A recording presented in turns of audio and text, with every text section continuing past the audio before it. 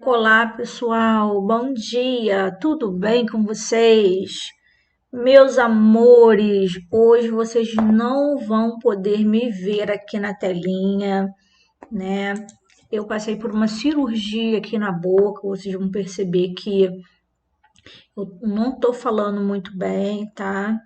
Então, devido a essa cirurgia que eu passei, tô com a boca inchada, então hoje eu não vou estar aparecendo aqui na tela para vocês, tá, pessoal? Mas eu vou dar aqui a nossa aula normalmente.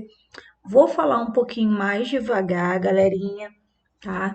E se Deus quiser, na quinta-feira, quando eu já estiver melhor, se Deus quiser, eu entro aqui na tela e aí vocês vão poder me ver, tá bom, pessoal? Bom, meus amores, peguem lá o livro de vocês, tá? Nós vamos dar continuidade à nossa aula de quinta-feira, tá? A aula que a gente iniciou falando do módulo 16, tá? Então, peguem lá o livro de vocês. Quem está sem livro, pega o seu caderno. Vamos dar início, né? Início não, a continuidade do módulo 16, onde a gente está falando sobre a formação da sociedade colonial, né? Aquela sociedade no período açucareiro, né? Aquela sociedade que vai se formar, que é a sociedade, né? Tudo voltada, né? Para os engenhos de açúcar, tá, pessoal? Então, correm lá e pegam, tá? E para iniciar a nossa aula, eu vou, né? Obviamente, como eu sempre faço, eu vou recapitular. Deixa eu aumentar um pouquinho mais a tela. Eu vou recapitular com vocês o que eu já dei e vou dar o prosseguimento aonde nós paramos, tá? Não importa um pouquinho como eu tô falando, não, pessoal, como eu disse para vocês, né? Eu vou acabar falando um pouquinho, né, diferente, tá? Mas eu acho que nada vai atrapalhar aqui a nossa aula, ok? Bom, galerinha, como a gente está vendo, né, a nossa sociedade colonial, né, do Brasil colonial, né, quando os portugueses, enfim, eles começam a efetivar a nossa colonização, nós vamos ver, né, essa colonização sendo marcado por um etnocentrismo europeu, onde esses europeus vão pré-julgar, né, as culturas dos povos nativos, dos indígenas, e depois, mais para frente, a cultura dos africanos, que serão os escravos. Eles vão pré-julgar essas culturas como sendo culturas não civilizadas, como sendo culturas inferiores, né? Eles vão usar essa justificativa até mesmo para valorizar a cultura deles, e isso é o etnocentrismo, né? Quando, né, um grupo de pessoas, né, caracteriza, ou, né, uma pessoa, né, ela só valoriza a sua cultura, né, como sendo a melhor de todas, e aí acaba inferiorizando a cultura alheia, a cultura do próximo, né, gente?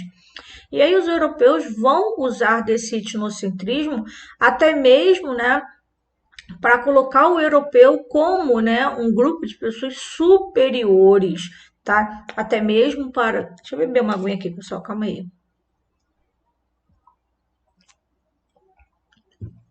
Até mesmo para justificar o ato da escravidão, né? E aí a gente vai ver, né, esse período da nossa sociedade, né, sendo marcado por uma divisão social que eu já dei na semana passada, né?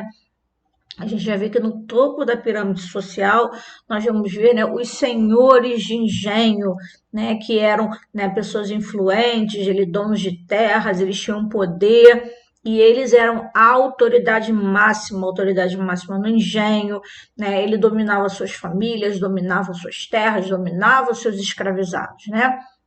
E aí, como a gente viu aí no livro, né, tanto as esposas quanto os filhos, eles eram submetidos às vontades, né, dos interesses, né, do senhor. Todos acabavam obedecendo, né, o líder, né, o senhor do engenho, que é pai, marido, esposo, né, patrão, né. E aí, né, essa característica vai se formar, tá, o que a gente vai chamar de patriarcalismo, tá? que é essa forma de domínio, né, aonde o senhor de engenho ele é a autoridade máxima, tá? Então vamos prosseguir aqui, tá?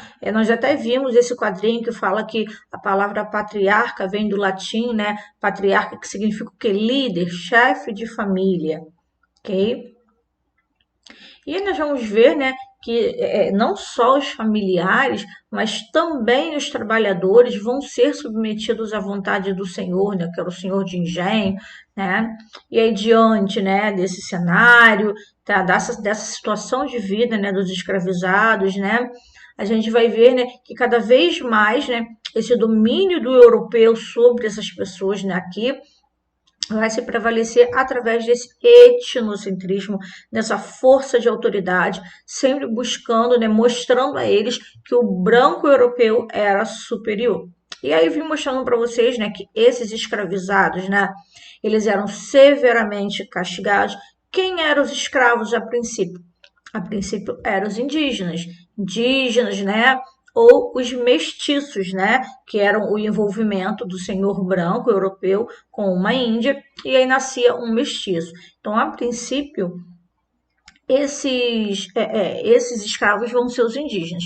Só que o escravo não era muito acostumado com o trabalho, esse trabalho pesado, esse trabalho árduo, né? Então, vai ser que mais para frente eles vão começar a trazer, né, escravos da África mesmo, porque os portugueses já tinham, né, essa questão de alianças, né, com alguns líderes de algumas tribos africanas, tá? E aí nós vamos ver, né, que nesse período colonial, a gente vai ver, né, surgindo vilas, surgindo cidades, né, e ao mesmo tempo vão surgir outros grupos sociais, como comerciantes, artesãos, alfaiates, carpinteiros, né, que na verdade esses não eram escravos, eram o quê? Trabalhadores livres, né, que viviam livres, tá? E, e, como é que estou dizendo para você? E eles vão desempenhar diversas funções, né? Várias funções, né? Além do que o escravo fazia. Gente, a todo momento, quando eu me calar um pouquinho, porque eu tô botando gelo, tá? Bom,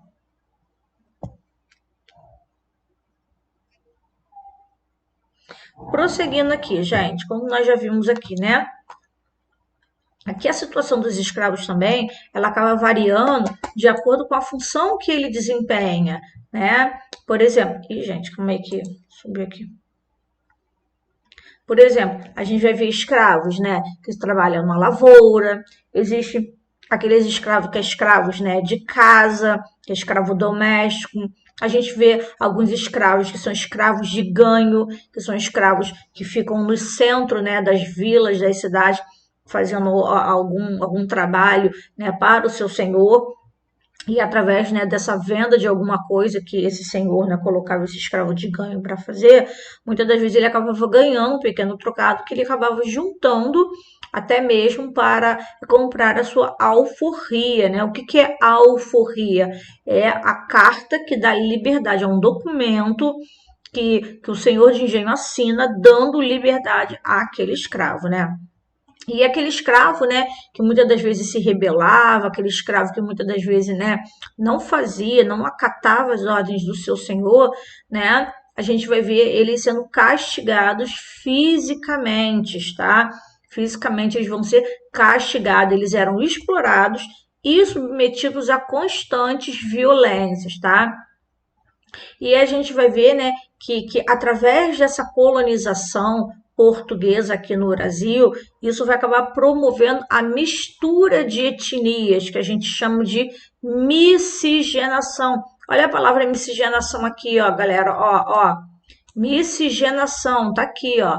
Então, essa miscigenação vai acontecer entre brancos, indígenas e negros, né? Lembrando que essa mistura de etnias, né, ela muitas das vezes ela não foi de uma forma pacífica.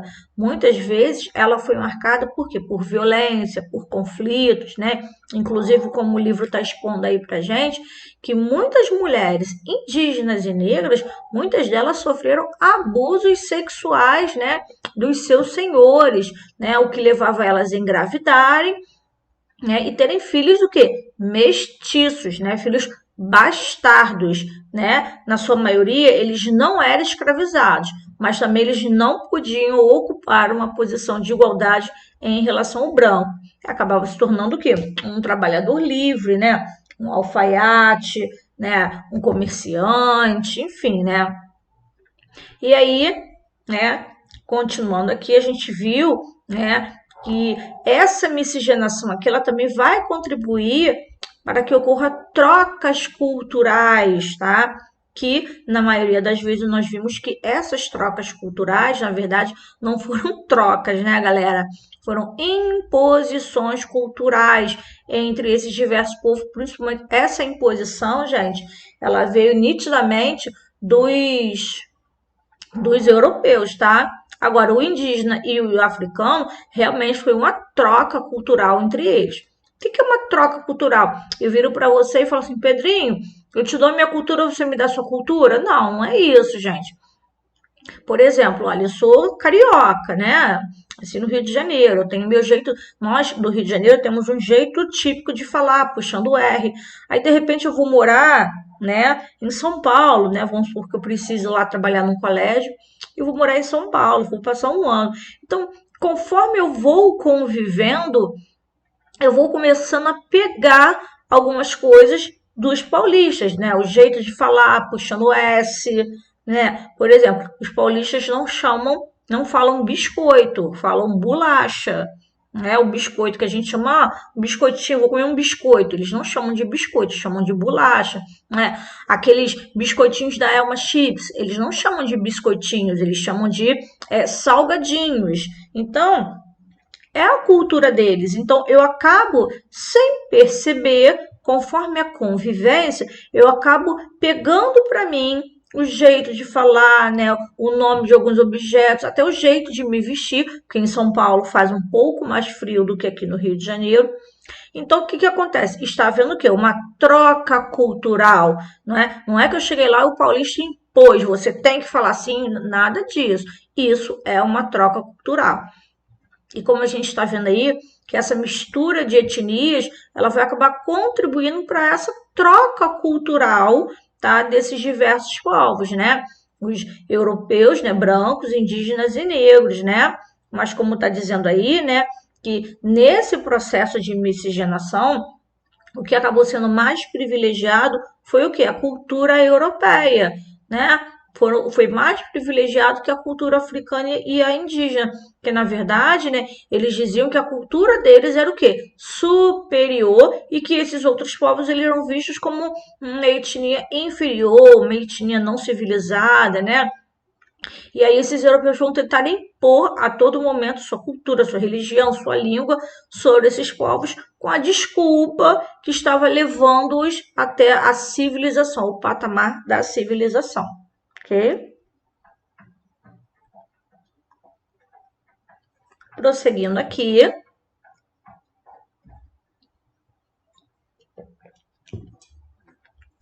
Bom, aqui foi o que eu dei para vocês até a última aula, tá? Repara que eu passei, gente, tá? Isso aqui escrito, tá? Ó, eu passei isso aqui escrito para vocês copiarem, tá? O que que é uma miscigenação? Uma mistura de etnias. Há um tempo atrás se falava raça, mistura de raças, né? Só que com o passar do tempo, né? Muitos estudiosos, sociólogos, historiadores, enfim, né? Eles abominaram esse tipo de tipo de palavra, né? Porque, na verdade, raça, né? O ser humano, ele não é uma raça, né? Ele possui etnias, né? Que são de acordo com o local onde ele vive, tá? Então, vamos lá aqui, ó. As relações entre senhores e escravizados. Como vocês imaginam que era essa relação, né? Essa relação dos senhores com os escravos, né? Será que, né? Enfim, será que é um processo, foi um processo legal? Foi um processo diferente? Né? Enfim, né? Como será que foi esse processo? Nós vamos ler, tá? E analisar como que foi. Deixa eu aumentar um pouquinho mais. Aqui, ó.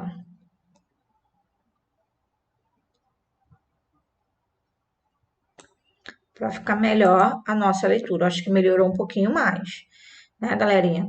Pessoal, só lembrando que hoje eu não vou, tá? Fazer os 50 minutos de aula por causa desse probleminha na minha boca, tá, galera?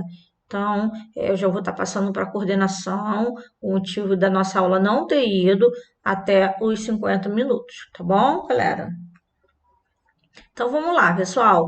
Como que foi essas relações? Deixa eu começar aqui para a gente ver o que a gente vai sublinhar, tá? Então a gente pode ver que a escravidão aqui no Brasil, gente, que é na América Portuguesa, ela foi marcada por grande violência, tá? Por quê? Porque esses escravos, né, a princípio que eram indígenas e depois, né, os escravos que eram os africanos, né, eles eram tratados de uma forma o quê? Violenta, de uma forma humilhante, e além disso eles eram submetidos a inúmeras punições, né? Aqui, ó, eu vou até sublinhar aqui, ó, escravidão, marcada por grande violência. Ó, tratados de forma humilhante e violenta. Ó, submetidos a inúmeras punições, tá? E como a gente já viu, né? Eu imagino que vocês já tenham visto, né? Em alguma novela aí, né? O que a gente chama de tronco. Né? O que que era o tronco, né? Realmente era um tronco de madeira fixado, né? Geralmente no local central, né, no centro, né, do engenho, muitas das vezes até numa praça pública, né, e aquele tronco ali, ele era destinado para aplicar os castigos nos escravizados. Esses escravizados, eles ficavam presos ali pela mão, em pé. Primeiro o castigo, eles passavam a noite toda ali, né, dormiam até em pé, sem se aguentar. E no outro dia eles eram açoitados. O que é açoitados? Eles eram chicoteados, né? E aí o senhor do engenho, ele estipulava, né, de acordo com o que ele achava que era a punição, né, do escravo, de acordo com o que o escravo, né, fez, né, a rebeldia que o escravo fez, ele estipulava a quantidade de chicotadas que o escravo tinha que ter. 5, 10, 20, 30, enfim, né? Como a gente pode dizer, muitos escravos acabavam, de acordo com a idade, né, de acordo com a quantidade de açoitadas, de chicotadas, muitos escravos acabavam nem aguentando e acabavam o quê? Acabavam até mesmo morrendo, né? Morrendo lá no tronco mesmo, tá, galera? Bom, como eu coloquei aqui, né, que era um local, ó, local central destinado à aplicação de castigos físicos aos escravos, que era esse tronco, tá? E aí, né, a gente vai ver, né, que desde, né, do começo, né, desse processo de escravização, né, muitos escravos, eles vão a todo momento tentar o quê? Lutar, tentar fugir, sair, né, das fazendas, sair do domínio desse senhor, né, e muitos acabavam até conseguindo, né, e a gente vai ver que alguns escravos, né, eles vão fugir, né, como muitos senhores europeus, eles não dominavam a mata, né, adentro do Brasil, muitos acabavam fugindo e formando pequenas vilas dentro das matas. Isso aí vai se chamar o quê? Quilombos, tá? Aqui, ó, eram os quilombos, né? Que era o quê? Eram comunidades independentes, né?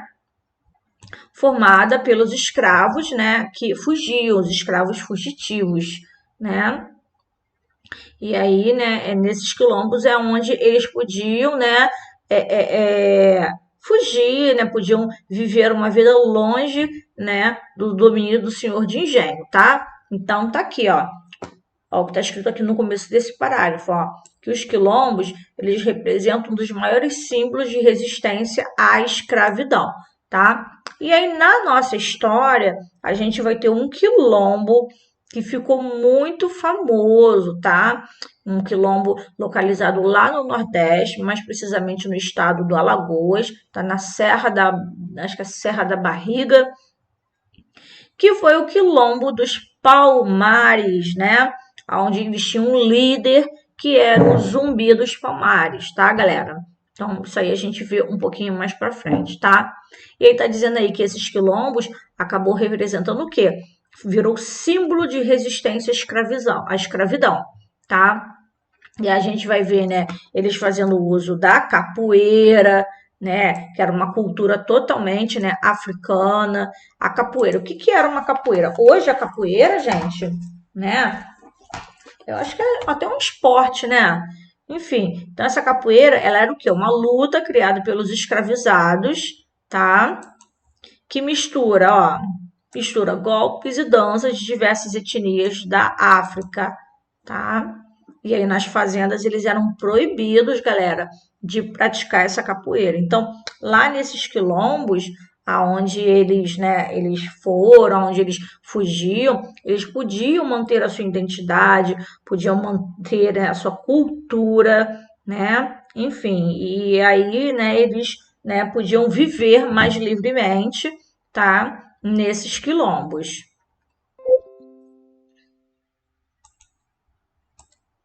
Deixa eu chegar um pouquinho para cá, para a gente poder ler, né, o que está aqui no livro.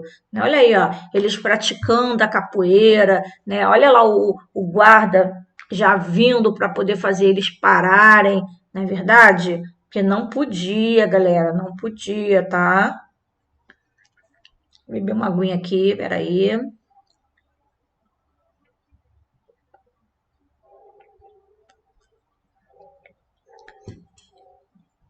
Vamos lá. Bom, e aí a gente vai ver, né, que por que os senhores do engenho não deixavam, né, eles praticarem, né, esse tipo de luta, de dança, que era a capoeira, tá? Porque eles achavam, né, os senhores, né, europeus, os senhores de engenho, eles achavam que isso era uma prática que é muito perigosa, né? E através disso aí poderia gerar até uma rebelião, tá? E aí, né, desde o começo, como a gente vê ali o guarda ali, ó, já pulando a cerca lá para fazer eles pararem. Desde o momento eles acabavam sendo o quê? Proibidos de praticar esse tipo de dança, esse tipo de luta, né? E aqueles que teimavam eram o quê? Eles eram castigados lá no tronco, tá? Só que aí, né, aos poucos, né, como um modo deles resistirem, né, eles continuaram praticando, claro, né, longe do Senhor, ou então dentro, né, dentro da moradia deles, né, ou então no momento à noite em que os senhores de engenho, né, nem os capatazes estivessem vendo, tá, gente? E é essa capoeira, por isso que ela existe até os dias de hoje. Isso é uma cultura, né, africana, para você ver, né, que aos poucos essa cultura foi inserida na nossa cultura. Nós temos hoje aí, né, muitas pessoas que praticam essa capoeira, né? E como o nosso livro está dizendo aí, que eu vou sublinhar aqui, ó, que essa prática, né, da capoeira continuou sendo realizada e se tornou um dos maiores símbolos da resistência à escravidão, tá? Bom, como a gente pode ver aí, eu já disse para vocês, tá? Os escravos eles não aceitavam passivamente eles serem dominados, não, tá, pessoal? Eles não aceitavam isso, não, tá? Eles reivindicavam, tá? Eles tentavam fugir, enfim, eles faziam várias coisas, tá? Só que nós vamos ver que muitas das vezes o senhor de engenho ele acabava fazendo o quê? Acabava negociando com ele, né? Que era uma forma de não fazer esses escravos se rebelarem, né? Então, como a gente está vendo aqui, tá? Que muitos senhores tiveram que acabar o quê? Cedendo a essas reivindicações, né? Por exemplo, o descanso aos domingos e feriados religiosos, né? O senhor de engenho acabou, né, acatando isso daí, né, deixando eles descansarem aos domingos e em alguns feriados religiosos, tá? no campo. Alguns senhores fizeram o quê, né? Cederam partes de terras para que os escravizados, né, fizessem o quê? Uma plantação de subsistência e eles acabavam vendendo o que sobrava dessa plantação, que é o excedente, tá? E aí esse excedente é o que muitas das vezes eles juntavam para poder pagar a sua alforria. Olha como é que se chamava isso? Brecha camponesa, tá? O que é uma brecha? É uma pequena abertura, tá? Dessa forma, o Senhor acabou dando uma pequena abertura para que esses, né, africanos conseguissem, né, comprar a sua liberdade. Claro que isso demorava muito, tá, gente? Eles plantavam, tá? E aí a plantação era totalmente para o consumo deles e da família, mas o que sobrava eles acabavam o quê? Comercializando. E aí, como está dizendo aqui no nosso livro, tá? Que isso foi uma das formas, né, deles obterem liberdade, a alforria. Olha a palavra aqui, ó. Eles obterem alforria, né, através, né, desse pagamento que ele dava ao Senhor, tá? Outra forma também desses escravos tentarem conseguir, gente, é que muitos escravos, né, acabavam habitando o quê? As vilas e as cidades, né? E aí, dessa forma, eles tinham mais possibilidade de obter a sua alforria porque eles exerciam atividades de ganho, tá? Eles eram escravos de ganho. O que significa isso? Que eles realizavam alguns serviços e acabavam recebendo uma pequena remuneração, tá? E esse dinheiro acabava, né, eles juntando para que ele pudesse comprar a sua alforria. Mas como você está vendo aí, essa alforria muitas das vezes, né, era só se o senhor dele quisesse dar. Essa decisão cabia ao seu senhor, tá? Mas que ele chegasse lá com o dinheiro, o seu senhor ele podia aceitar ou não. Ok, galera? Ó, aqui você está vendo um escravo com colar de ferro. Esse colar de ferro era o quê? Era um castigo para para alguns escravos fugitivos, né? E aí na cidade você está vendo alguns escravos sendo escravos de ganho, tá? Que era aqueles que vendiam coisas, né, na cidade, ok? E aqui tem uma parte que fala o quê? Ampliando horizontes. A escravidão em diferentes momentos da história. Vamos ler esse quadrinho aqui comigo? Peraí.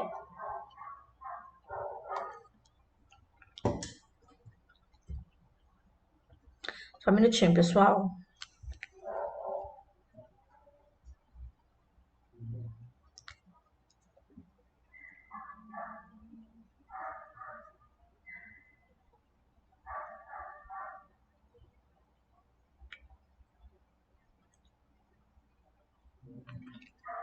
Vamos lá, galerinha. Bebendo uma aguinha aqui para desinchar minha boquinha. Bom, vamos lá. A escravidão é uma prática realizada desde a antiguidade por diversas sociedades, né? E aí, desse modo, né, é difícil defini-la em um único conceito, né? Porque em cada período histórico, essa prática ela teve características o quê? Específicas, né? Onde especialistas nesse tema acabam afirmando que, embora escravizado pudesse ser vendido ou comprado, não era possível defini-lo apenas como uma mercadoria, né? Pois esse é apenas um dos aspectos da sua condição de vida. Né? Para entender, né, seus significados, é necessário até mesmo analisar as principais características da escravidão de acordo com o momento histórico em que ele foi realizado, né? Como está dizendo aí. O escravo seria, então, aquele tipo de trabalhador que, no interior do processo de produção, não estaria apenas apartado do controle dos meios produtivos, que eram características que compartilha com outros tipos de trabalhadores, inclusive o assalariado, mas também privado do controle do seu próprio esforço produtivo. Então, significa que mesmo que ele trabalhasse, mas assim, ele não recebia nada, tá? Ele dava, por exemplo, olha, eu estou aqui me esforçando para dar aula, né? Meu esforço, mas eu recebo pelo meu esforço. Diferente do escravo, ele se esforçava muito para trabalhar, mas ele não ganhava nada pelo seu esforço, tá, gente? É isso que ele está querendo dizer, tá? Nas sociedades da antiguidade, deixa eu subir um pouquinho aqui, tá? Nas sociedades da antiguidade, escravizar prisioneiros de guerra ou indivíduos que tivessem dívidas era uma prática comum. Os filhos nascidos das escravas também eram considerados escravos e eles eram submetidos a trabalho compulsório. O trabalho compulsório é aquele trabalho obrigatório, tá? Pois eram considerados propriedades de alguém. Ok, gente? Bom, essa questão de filhos baixados, isso aí variava muito, tá? Uns poderiam virar escravos ou, né, não. Uns nasciam branco, não viravam escravo, porém, eles não podiam fazer parte da sociedade branca, né? Aquela sociedade, né, dita dos europeus, né? E aí, continuando aqui, tá? Como tá dizendo aí, ó. Os limites e os costumes relacionados à escravidão variavam de acordo com a sociedade e o contexto histórico. Por exemplo, no Egito Antigo, o escravo poderia adquirir o quê? Propriedades, testemunhar em tribunais e casar com pessoas livres. Já na Roma Antiga, o escravo ele poderia agir em nome do seu senhor, né, tornando-se o seu representante legal na compra, por exemplo, de uma propriedade. No entanto, a gente destaca que a condição de vida dos escravizados era marcada por exploração e também por muita violência.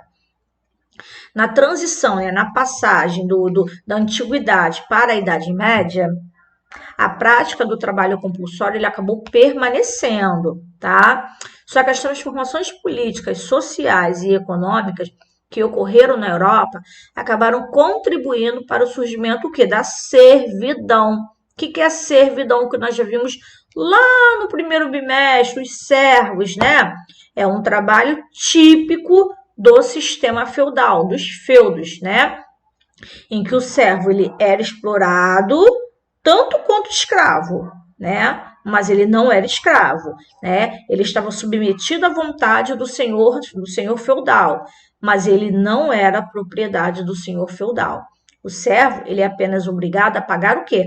Vários tributos em forma de produtos, né? Ou mesmo em forma do trabalho. Então, ele acabava trabalhando para o senhor feudal para pagar por tudo, né? Pela segurança, pela moradia, enfim. E aí, com o processo da expansão marítima europeia, né, que se iniciou lá na transição, na passagem da Idade Média para a Idade Moderna, acabou provocando o quê? O renascimento da escravidão em razão dos portugueses que chegaram na África e também acabou chegando aqui na América, né? Esses portugueses, eles acabaram tendo interesse em comercializar os escravos da África e levar lá para a América, né? Que aí seria muito lucrativo vender esses escravos para trabalhar, né, para os donos de terras aqui na América, aqui no Brasil, né?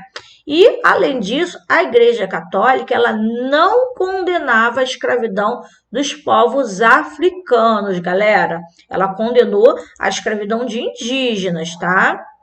E aí, nesse contexto, a escravidão moderna, ela acaba tendo semelhança em relação à escravidão praticada na antiguidade, né? Que se baseou no direito romano, nós vimos isso lá no sexto ano, tá?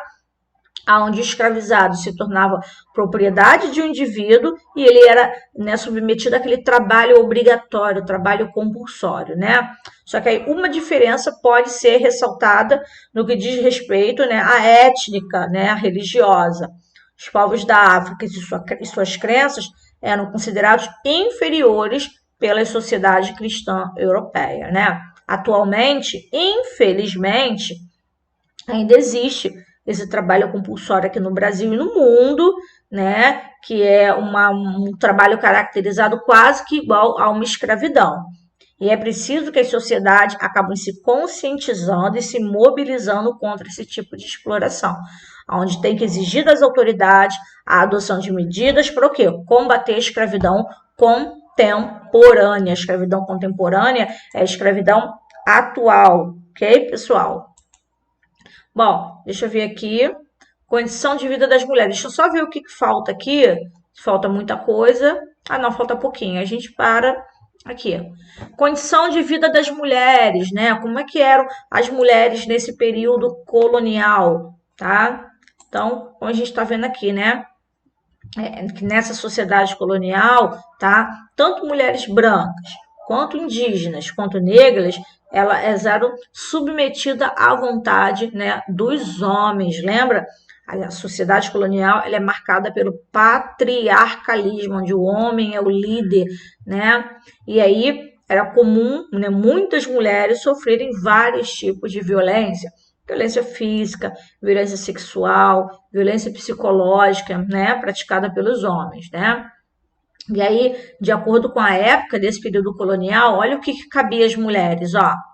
Cabia às mulheres cuidar da família, fazer as atividades domésticas, obedecer ao pai e ao marido, né? Onde elas não podiam tomar nenhuma decisão, nenhuma participação, nenhuma decisão, né, dentro de casa ou na política. Tudo ela tinha que se dirigir ao marido para pedir o quê? Permissão, tá?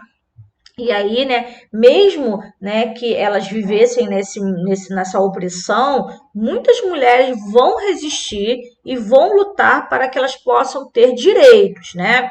Por exemplo, como está dizendo aqui, ó, houve casos, né, de mulheres que se tornaram donas de engenho e de pequenos comércios, né? Teve casos de mulheres que chefiaram famílias, né? Teve casos de mulheres que pediram separação, tá? Enfim, né? É aquilo, né? Com o passar do tempo, as mulheres vão mudando, né? E a condição de vida das mulheres indígenas e negras era o quê? Pior, né?